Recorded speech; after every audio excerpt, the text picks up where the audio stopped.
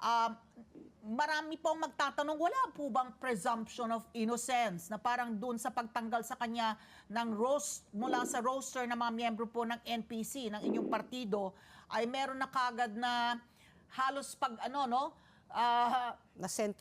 nasentensyahan na siya, parang wala bang presumption of innocence man lang?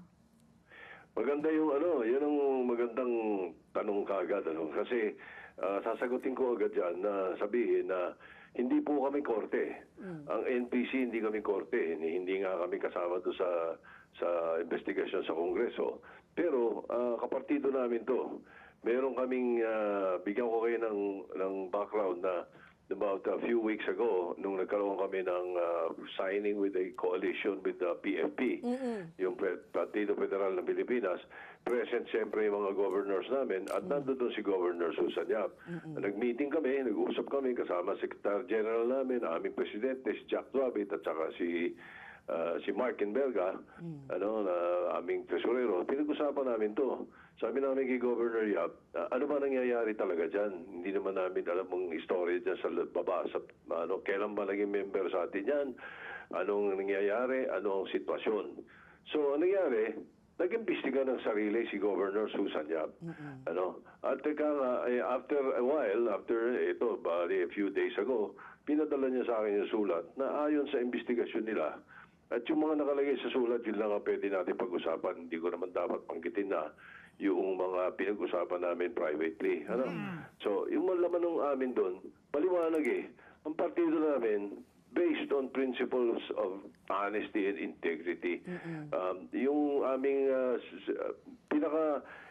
pinakamalino na sinasabi ng partido namin, bottom line, sa dami ng laman ng konstitusyon namin na sinasabi nga ng mga political analyst na ito isa sa pinakamagandang konstitusyon sa Pilipinas ng political party. Maliwanag na sinasabi namin, kung ikaw wala ka namang karapatan o wala ka namang ginagawang makakapagserbisyo sa tao, wala kang karapatan maging membro namin. Ganun Ngayon, so isa yun sa mga dinidiinan, at nung magkaroon ng investigasyon, hindi namin pwedeng i-tolerate ang illegal gambling. Kung may illegal gambling sa Bamban.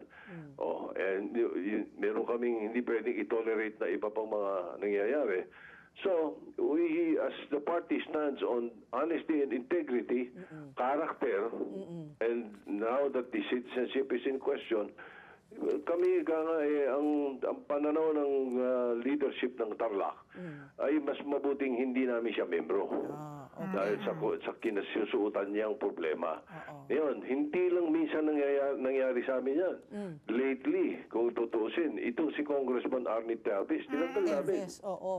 Si Arnie Teves, tinanggal namin kasi sinasabi nga namin, sumagot ka. Umuwi ka dito, sa harapin mo yung Kongreso, ayaw. Ito sa Viber group, may mga sinabing hindi maganda. Nainis yung ibang membro namin, sinabi sa amin at nagsumulat sa leadership. Ganito rin, nagpetisyon na alisin. So, inalis namin. Yun ang pangyayari dito kay Mayor Alice Guo. So, di ba, maraming issue and question. At sinasabi nila Governor Yap, ang mga sinasagot, malabo. Pati sa kanila, walang compelling evidence para ma-disprove yung mga sinasabi. So, medyo mabigat ang kahihinat na namin na gayong ikaw naman hindi ka naman namin kasama noong 2022. Shirana San Independent Mabagit lang natin, Shirana San Independent. Tito Sen, ito yung katanungan ko, I'll play devil's advocate. Hindi nyo rin ba binevet muna yung mga sumasali po sa inyong partido? Kasi nga, Shirana San Independent, and then after she was declared mayor, doon lang po siya sumama sa NPC. Bago po sumama sa NPC ho ba, anong kwalifikasyon? Hindi nyo rin ba binevet rin po yung mga sumasali po?